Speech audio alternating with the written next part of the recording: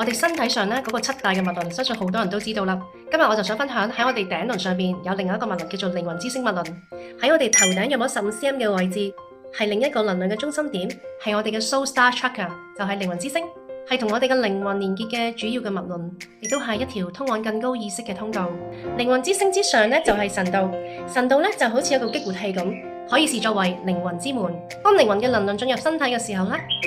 靈魂嘅能量呢就會先經過神道，然後再嚟到靈魂之星，跟住再啟動頂輪啦，我哋嘅上丹田，之後一路往下嚟到我哋個心輪啦，我哋個中丹田，跟住然後再慢慢落到我哋個臍輪下丹田，進而呢就喚醒我哋361個次脈輪，我哋嘅脈輪系統。之後我哋個身體呢就好似打開咗電源一樣，靈魂能量加物質載體等於激活咗自己，讓你真真正正咁被啟動。當你開始冥想啦，關注自己嘅內在嘅時候呢，呢一道光呢就會變得越嚟越亮㗎啦。甚至你個身體呢仲會發出一啲好似彩虹嘅光流，會幫助你淨化身體嘅能量啦，提升自己嘅能量場啦，仲可以幫你穩定你嘅情緒。